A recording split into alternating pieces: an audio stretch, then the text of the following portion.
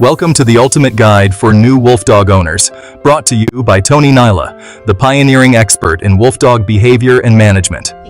If you're about to embark on the incredible journey of raising a wolf dog puppy, you need the best guidance to ensure a harmonious start. Raising a wolf dog puppy is a unique experience that goes beyond traditional dog ownership.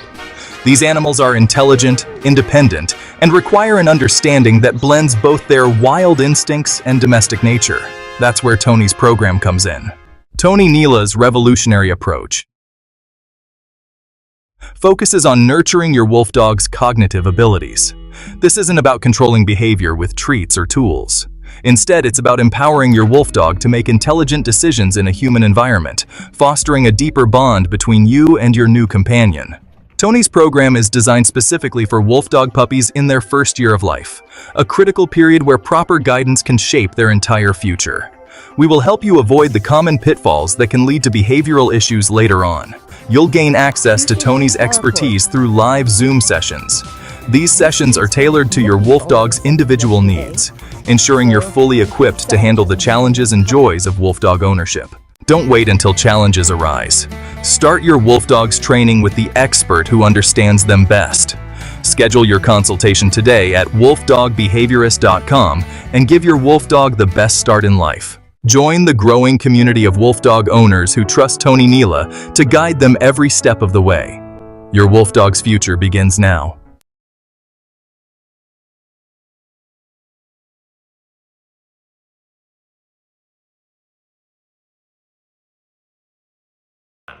So anyway, what I want to do is I want to move on and go into what are you guys going to do. Remember, I said latent learning is not really how to teach something or how to do something. It's more about what not to do and how to stop what you're doing that's going to ruin your dog's cognitive development as they're maturing. And as soon as you throw in treats and do any kind of obedience training, you don't give them the opportunity to cognitively develop their brain. You start conditioning their brain. And when you condition it, once you stop conditioning, all of it goes away and you're still left with a really bratty puppy because they never knew how to just be autonomous and be good on their own without receiving direction all the time. Whenever you do talk to a trainer, they may sell you like 6 or 8 sessions. And one of the things that you can always ask is, question, after I hire you and we're done with the training, I'm done, right? My dog's trained. I don't have to keep up on it. I mean, I don't want to train for the rest of my life. And every trainer will say, oh, no, that's not how it works. I'm going to show you, I'm not going to train your dog. I'm going to show you how to train your dog. And it's up to you to maintain the training. Because if you don't maintain the training and I don't show you how to maintain the training, it's going to regress. It'll go away. And then you'll have to start all over again. You're going to have to do that for the rest of your dog's life. That is going to be mentally exhausting. And for some people, their lifestyle doesn't help them keep up with that.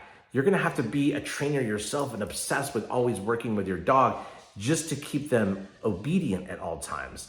And that's just unrealistic.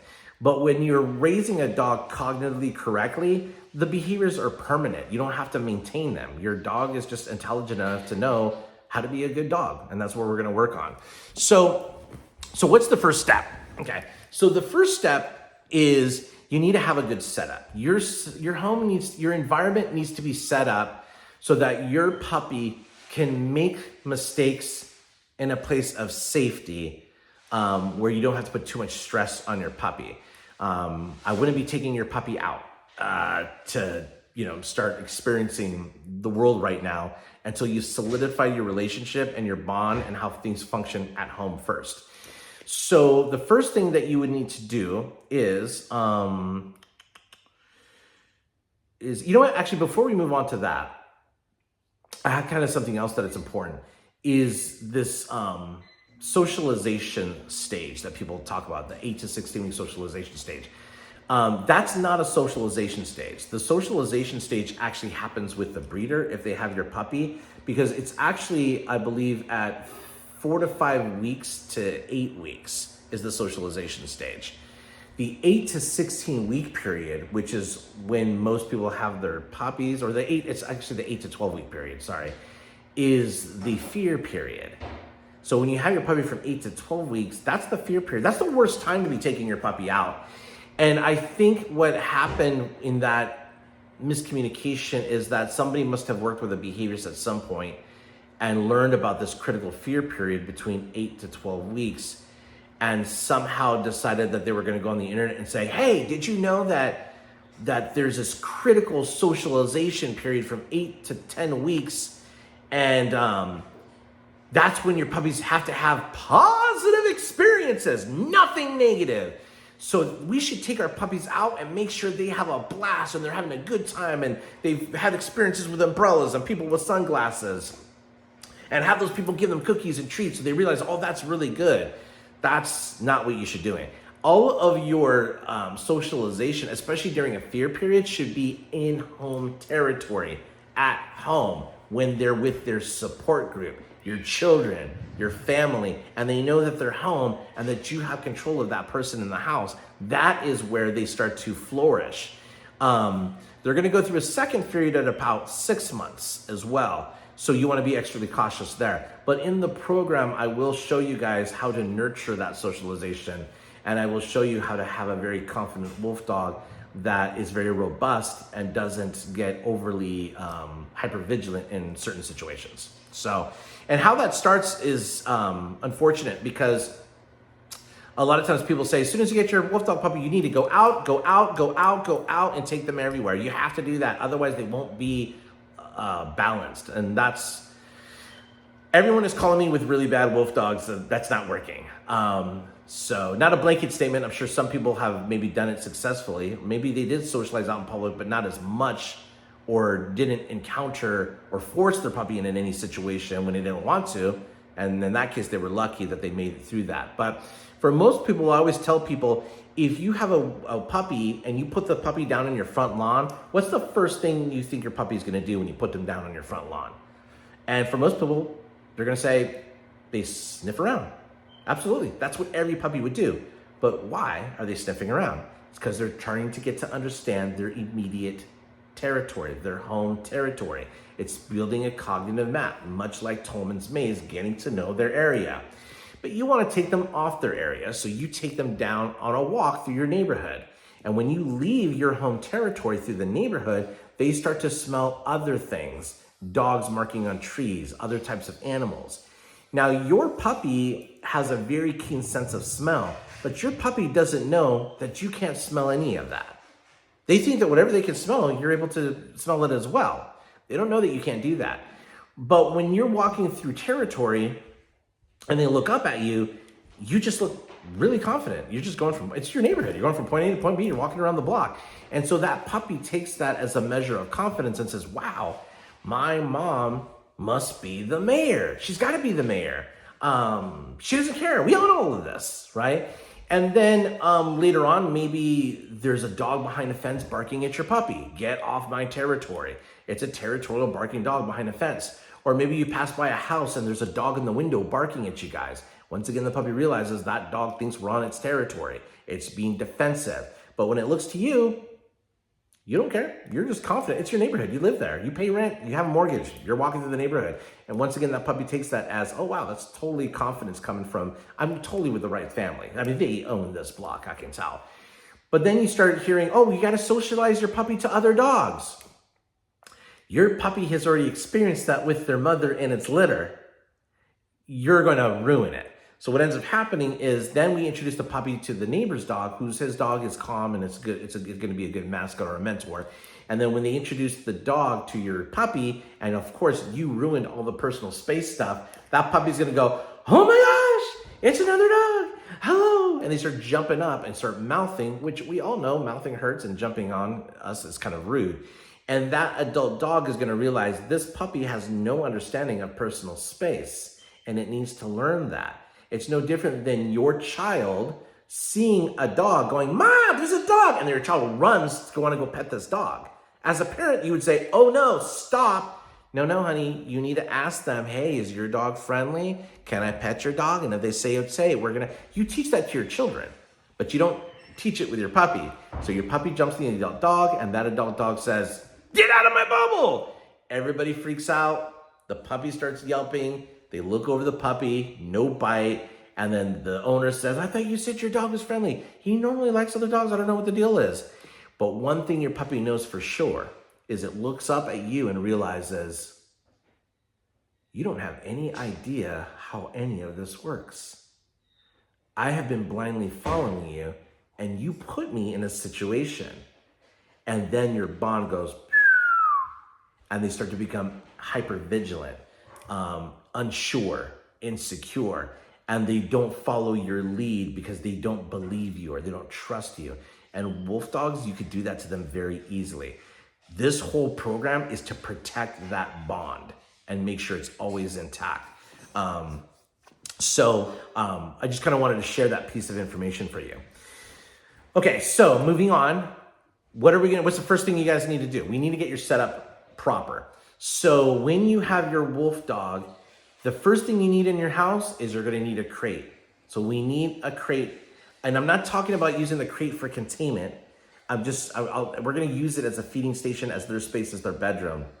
And we'll go a little bit deeper into that. But you need a crate in your house. If you don't have a crate or refuse to get a crate, I can't help you. I won't be able to help you because there's some things that we have to do developmentally because we're going to use that crate as their open-faced den. We're going to start teaching their natural boundary there. No different than the mother teaches it in a more natural environment. We're not in a natural environment. We had to use the crate for that. Then you also need space for your wolf dog that they can run, that they can sprint, that they can explore. And in the program, we call that a freedom area. Now, if your yard happens to be 100 feet by 100 feet, that's a pretty big yard. They're going to be able to run full sprint back and forth through that. That's pretty good.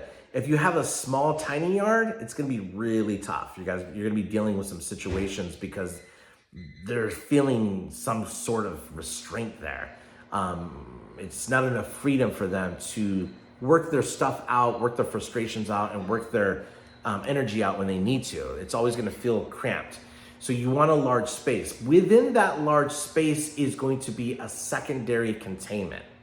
Why are we having a large freedom area and then a secondary containment outside?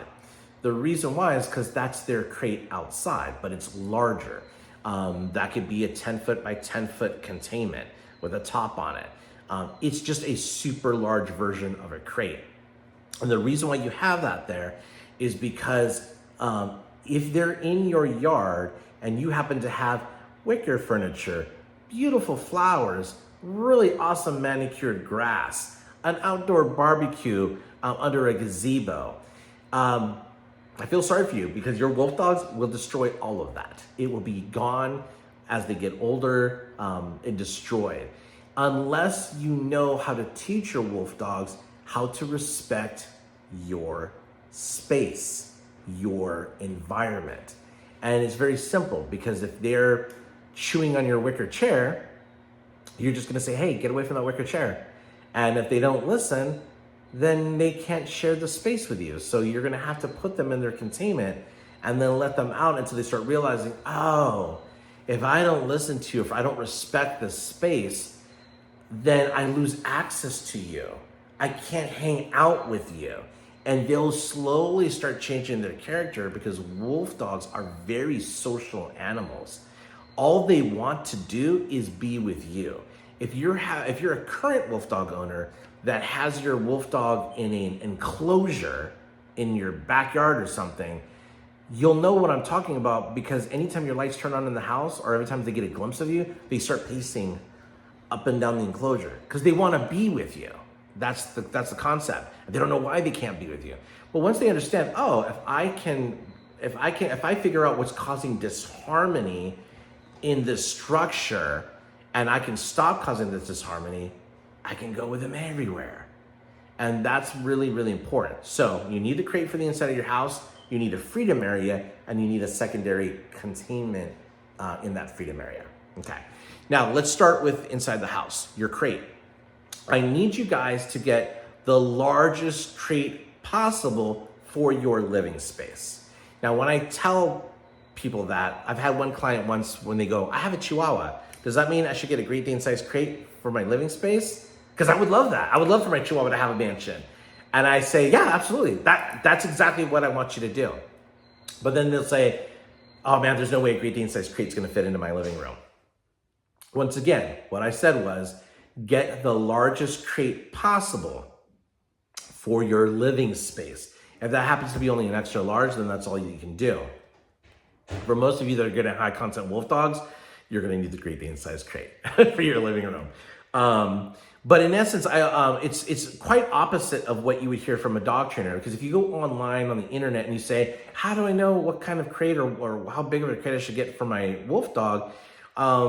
Most dog trainers are gonna say, get a fitted crate, just big enough for them to stand up, turn around. There's not any other option but to lay down. And it's like their den. They're gonna like it. They want it enclosed. That is old school thought. There is no university or any peer-reviewed study that's ever shown that a dog will consider a crate their den. That is no research on that whatsoever. The truth is we want the largest crate possible. And the reason why we want the largest crate possible is because we're going to start teaching them the difference between their space and your space. Their space and your space. It's their bedroom, no different than your child.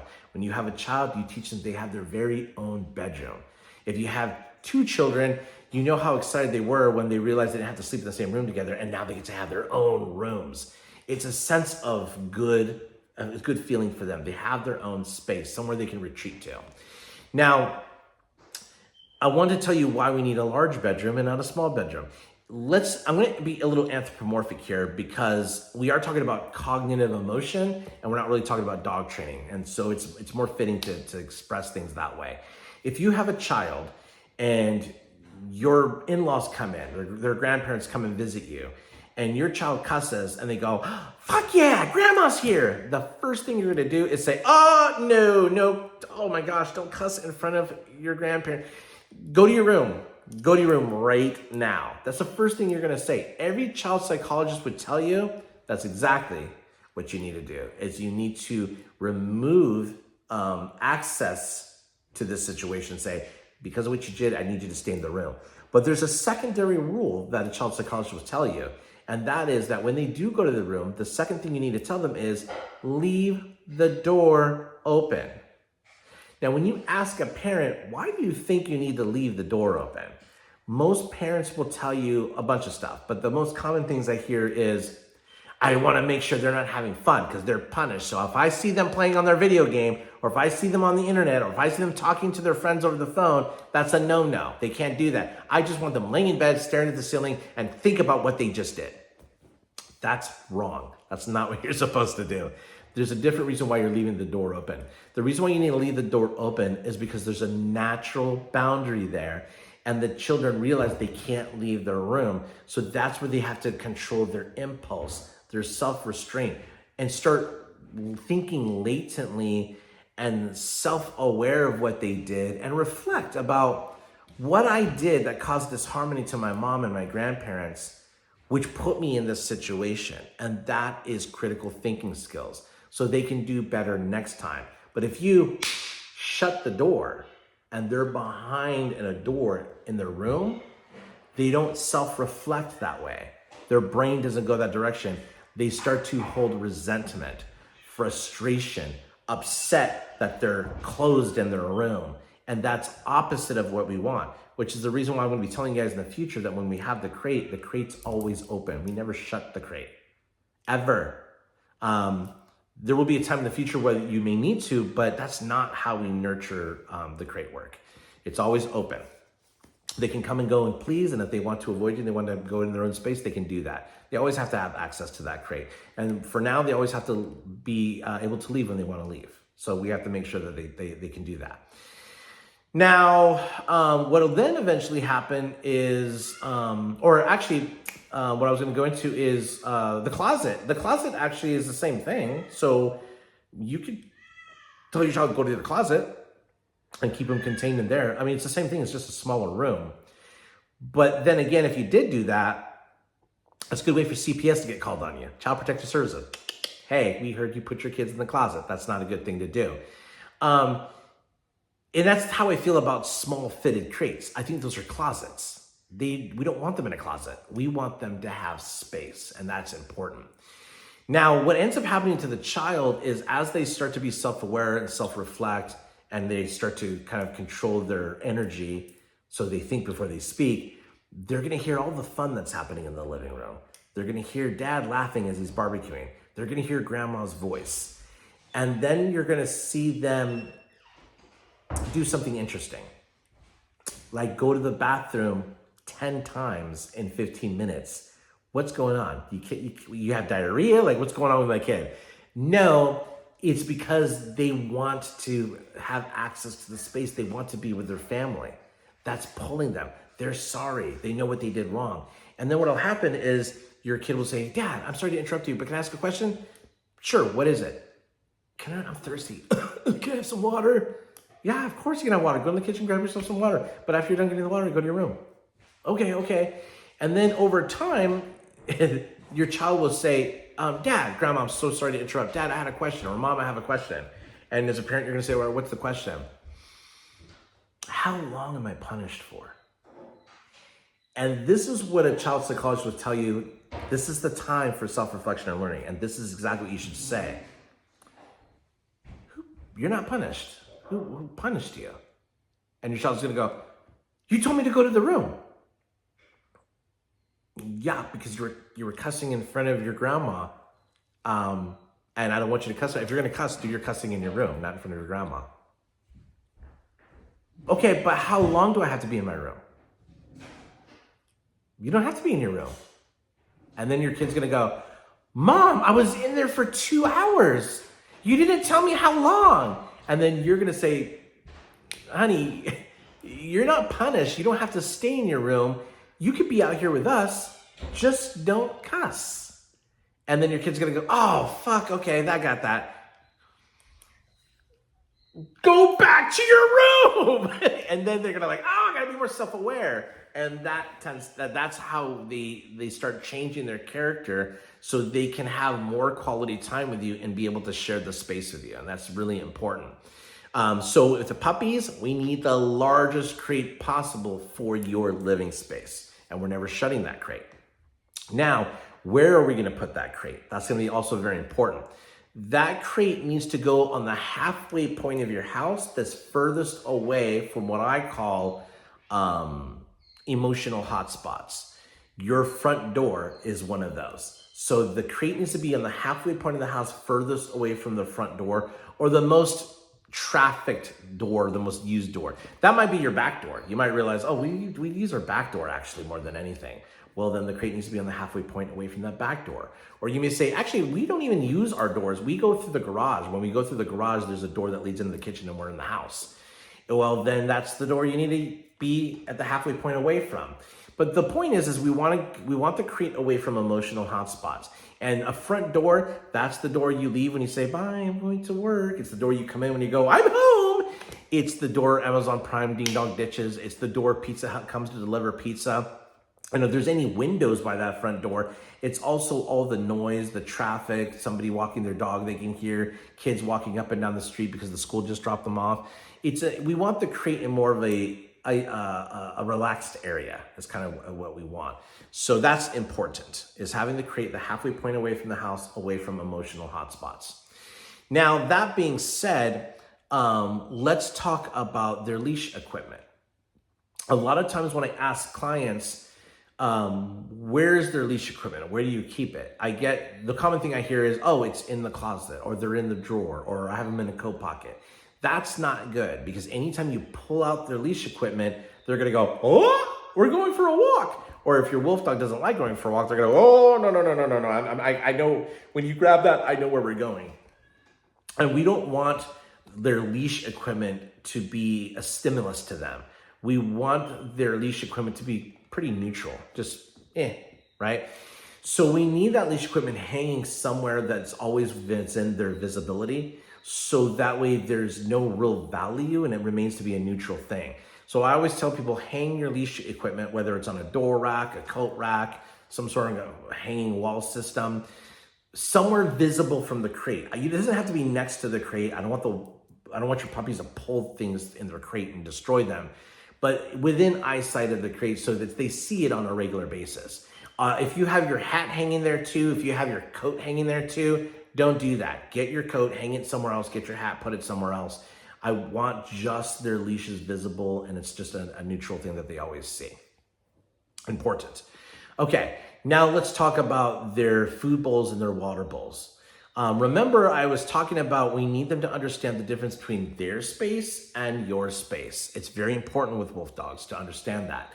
And if you have your food bowl and water bowl on the kitchen floor or in the laundry room or just kind of out somewhere in the living room, you're taking resources and you're putting them in community space, which starts to bleed over to anything that you don't have possession of, because possession is 9/10 of the law to a wolf dog, is open for anybody to take. So if you drop your cell phone on the floor and it's unattended, your wolf dog will grab it and celebrate and run with it. And it's okay in their perception because they already understand community space. And you're think of it as, no, that's mine, that belongs to me. It was in community space first. You taught them community space because it's the same thing with their water and food bowl. So we need to make sure that their food bowl and water bowl is in their feeding station, which is the largest crate possible. It's a feeding station. We're not using it for containment. We're using it just to understand their space and your space. So what's going to end up happening though is if you put food and water bowls in their crate, they're going to kick over the water, they're going to knock over the food, and then you're going to call me and you say, that was super bad advice. I have to clean that crate like 3 times a day. So we need to get ahead of that. What you guys need to do is when you have the food and water bowl in the crate, you need to go on Amazon and do a search for what's called Snap Fit bowls. It's actually the name brand Snap Fit bowls. And you'll see bowls that actually snap to the wire crate itself, very similar to the animal shelter or rescue that has raised bowls attached to their kennel system. Raised bowls are elevated. That's good for eating and drinking. I think it prevents bloat, has some other benefits to that. But also they can't pull it off or spill it or be a nuisance with their bowl or bat it around and do things that are going to be irritating for you. So when you install those Snap Fit bowls, the water bowl needs to be on the inside wall of the crate as close to the front gate as possible. And it's always going to be full of water. And remember, the crate is left open so they can go in and out as they please. The food bowl, that Snap Fit needs to actually snap on the crate door itself, because when you swing it open, the bowl comes out with the food and you can refill it and do whatever you need to it. When you close the crate, it's like a mechanism that goes into the crate on its own. You shouldn't have to reach all the way in the crate and start grabbing things and doing stuff in their space. So that is very helpful to have that Snap Fit on the crate door itself and the water snap fitted on the sidewall of the crate close to the front gate as possible.